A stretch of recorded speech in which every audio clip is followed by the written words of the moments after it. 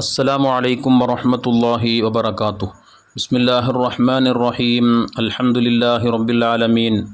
അല്ലാഹുമ്മ സ്വല്ലി വസല്ലിം വബാരിക് അലാ റസൂലിക സയ്യിദിനാ മുഹമ്മദിൻ വഅലാ ആലി സയ്യിദിനാ വമൗലാനാ മുഹമ്മദ്. ഉളുഹിയ്യത്ത് എന്നുള്ള കർമ്മം അതൊരു ഇബാദത്താണ്. സാധാരണ മാംസം പോലത്തെ ഒരു മാംസമല്ല ഉളുഹിയ്യത്തിൻ്റെ മാംസം. അത് പ്രത്യേക ഇബാദത്തായതുകൊണ്ട് തന്നെ അതിന് പ്രത്യേക നിബന്ധനകൾ, പ്രത്യേക കാര്യങ്ങൾ പ്രത്യേകം ശ്രദ്ധിക്കാനായിട്ടുണ്ട്. നാം തന്നെ ഒരു മൃഗത്തിൻ്റെ മാംസം വാങ്ങുമ്പോൾ അതിന് വല്ല ന്യൂനതകളുമുള്ളതാണ് എങ്കിൽ, അതിൻ്റെ മാംസത്തിന് ബാധിക്കുന്ന രോഗമുള്ള ഒന്നാണ് എങ്കിൽ അതിൻ്റെ മാംസം വാങ്ങാൻ നമ്മളൊക്കെ മടിക്കും, അത് വേണ്ടെന്ന് വെക്കും.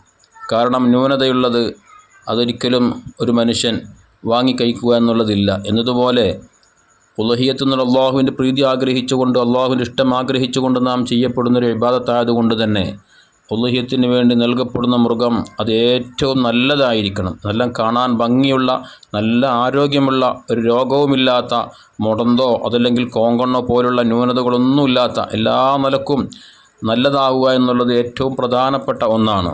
ന്യൂനതകളുള്ള മൃഗങ്ങൾ ഉളുഹിയ്യത്ത് അറുത്താൽ അത് ഉളുഹിയ്യത്തായി പരിഗണിക്കപ്പെടുകയില്ല എന്നാണ് വിശുദ്ധ ഇസ്ലാം നമ്മെ പഠിപ്പിച്ചിട്ടുള്ളത്.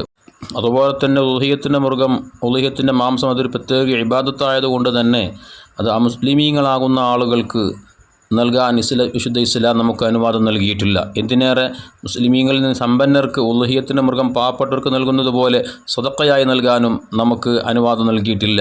മറിച്ച് സമ്പന്നന്മാരായ ആളുകൾക്ക് ഹദിയായി, ഒരു സമ്മാനമായൊക്കെ നമുക്ക് നൽകാമെന്നല്ലാതെ സ്വതക്കയായി പാവപ്പെട്ട ദരിദ്രന്മാരായ ആളുകൾക്ക് നൽകുന്നത് പോലെ നൽകാൻ വിശുദ്ധ ഇസ്ലാം നമുക്ക് അനുവാദം നൽകിയിട്ടില്ല. ഇത്തരം കാര്യങ്ങൾ പ്രത്യേകം നമ്മൾ ശ്രദ്ധിക്കേണ്ടതായിട്ടുണ്ട്.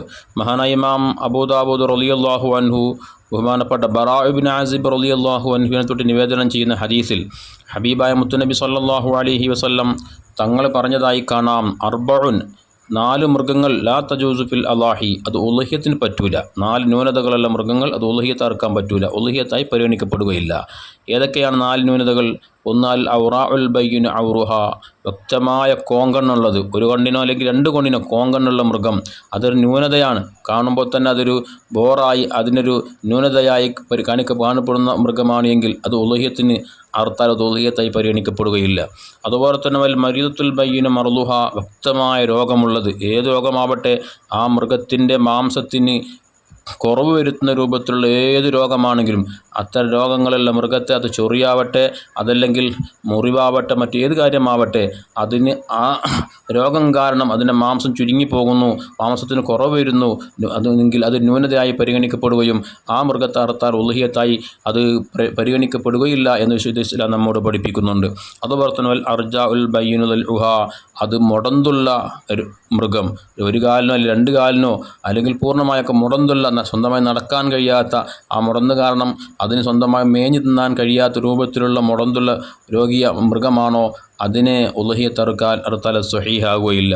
അതുപോലെ തന്നെ കസീറത്തുൽ തിലാത്തും, അതുപോലെ തന്നെ കാല് പൊട്ടിയത്, കൈ പൊട്ടിയത്, ഇത് മൃഗം ഈ പൊട്ടിയത് കാരണം സ്വന്തമായി നിൽക്കാൻ തന്നെ കഴിയുന്നില്ല, അതൊരു ന്യൂനതയായി പരിഗണിക്കപ്പെടും. അതുകൊണ്ട് തന്നെ അത്തരം മൃഗങ്ങളെയൊന്നും ഉളുഹിയ്യത്ത് അറുത്താൽ അത് സ്വഹീഹാവുകയില്ല. അതുപോലെ ചെവി മുറിഞ്ഞുപോയത്, വാല് മുറിഞ്ഞുപോയത്, ഇതൊന്നും ഉളുഹിയ്യത്ത് അറുത്താൽ സ്വഹീഹാകാത്ത, ഉളുഹിയ്യത്തായി പരിഗണിക്കപ്പെടാത്ത മൃഗങ്ങളായിട്ടാണ് വിശുദ്ധ ഇസ്ലാം നമ്മോട് പഠിപ്പിക്കുന്നത്. അപ്പോൾ ചെവി കീറിപ്പോയി, അതിൽ ചെറിയ ദ്വാരമുണ്ട്, വാലിൽ ചെറിയൊരു അറ്റഭാഗം മുറിഞ്ഞുപോയി, ഇതിനൊന്നും വിരോധമില്ല. ചെറിയ ന്യൂനതകൾ അത് വിട്ടുവീഴ്ച ചെയ്യപ്പെടുമെങ്കിലും വലിയ ന്യൂനതകൾ പറയപ്പെട്ടതുപോലുള്ള വ്യക്തമായ ന്യൂനതകൾ പ്രത്യക്ഷമായ മൃഗമാണെങ്കിൽ അവ ഉളുഹിയ്യത്ത് അറുത്താൽ ഉളുഹിയ്യത്തായി പരിഗണിക്കപ്പെടുകയില്ല. ഇക്കാര്യം നമ്മളൊക്കെ പ്രത്യേകം ശ്രദ്ധിക്കണം. നമ്മൾ ഷെയറായിട്ട് ഒറ്റക്കൊക്കെ മൃഗത്തെ വാങ്ങി അറുക്കുമ്പോൾ വാങ്ങുന്ന മൃഗത്തിന് ഈ പറയപ്പെട്ട ന്യൂനതകളും ഇല്ല എന്ന് ഉറപ്പുവരുത്തിയിട്ടായിരിക്കണം നാം ആ മൃഗത്തെ ഉളുഹിയ്യത്ത് അറുക്കാൻ വേണ്ടി നിയ്യത്ത് ചെയ്യേണ്ടത്. അല്ലാതിരുന്നാൽ നമ്മുടെ ഉളുഹിയ്യത്ത് നിഷ്ഫലമായി പോകും. അല്ലാഹു തആല അവൻ സ്വീകരിക്കുന്ന രൂപത്തിൽ, എല്ലാ അർത്ഥത്തിലും വലിയ പ്രതിഫലം ലഭിക്കുന്ന രൂപത്തിൽ ഉളുഹിയ്യത്ത് അറുക്കാനുള്ള തൗഫീഖ് നൽകട്ടെ. ആമീൻ. അസ്സലാമു അലൈക്കും വറഹ്മത്തുള്ളാഹി.